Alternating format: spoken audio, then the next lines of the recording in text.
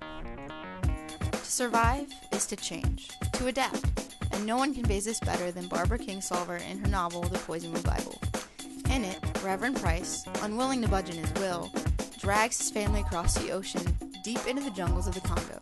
So convinced of his divine purpose, he does not even bother learning the language. The Reverend is so stubborn in his ways, he refuses to listen to even the simplest of advice. When Mama Tataba tries to explain to him how to plant a garden in Africa,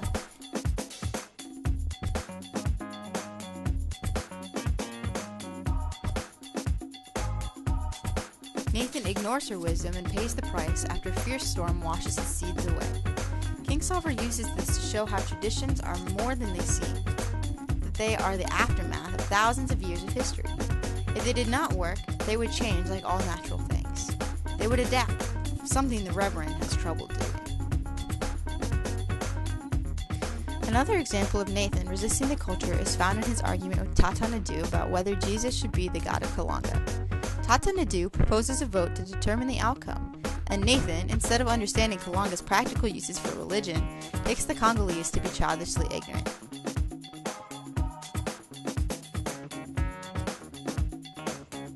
Tata Nadu then turns the tables, exposing Nathan's own childishness in the form of his insistence upon democracy.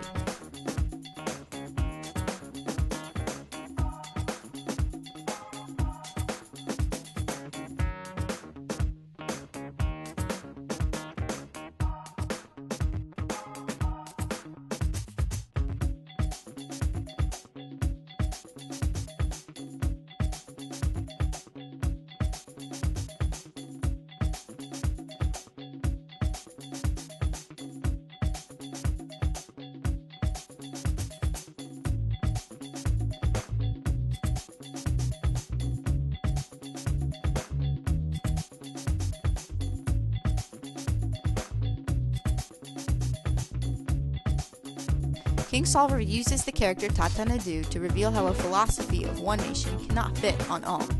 If democracy was a reliable option in the Congo, like Western planting, they would have come up with some form of it by now. Kingsolver, to emphasize this need to understand a culture and willingness to adapt to it, foils Nathan's character against the ideal missionary, Brother Fowles. While Nathan refuses to even attempt to understand the culture he is surrounded by, Fowles ingratiates himself with the people, understands, and even respects their ways, while still upholding his beliefs. His success in the Congo is a testament to how these kinds of missionaries are received, kindly, and Nathan's failure, trying to baptize children in a river of alligators, is a testament to how missionaries like him are received, poorly. Ruth May's death is a catalyst of change for the Prices. Although Leanna is sad, she embraces change, finding a new stability and gaining independence from Nathan. Nathan, however, remains the same and uses the rain that begins to fall to impose baptism on the children of Kalanga, and thus forgets the intentions behind his own customs. When Leah chooses to remain in the Congo and marry Anatole, she embraces his customs and traditions to the point of making them her own. Leah knows that resisting the culture would be an insult to her love for Anatole, the most upright man she has ever known.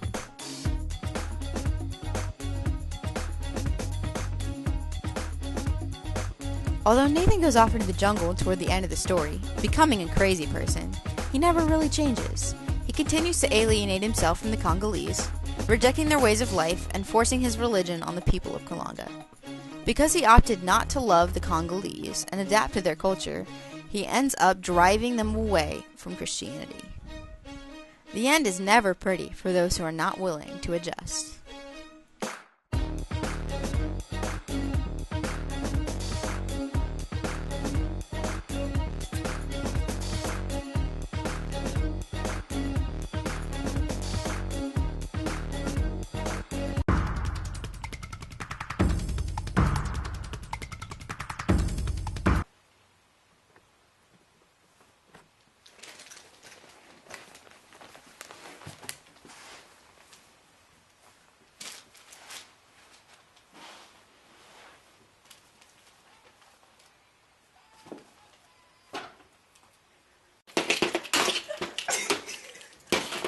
my hand was way in that shot.